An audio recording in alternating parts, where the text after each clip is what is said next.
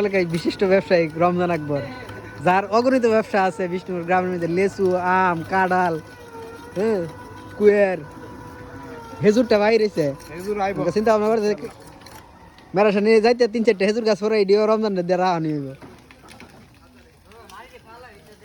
আর এই যে প্রবাস ফিরত জীবন আকবর, তার মনের মধ্যে খুব কষ্ট এবার। এরা আছে বাহুবলি, বাহুবলি এবার দেখবি মুড়া মুড়া রে বাহুবলি নাই তো বোম্বাইডি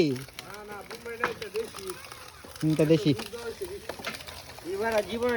মহিষ দিয়া।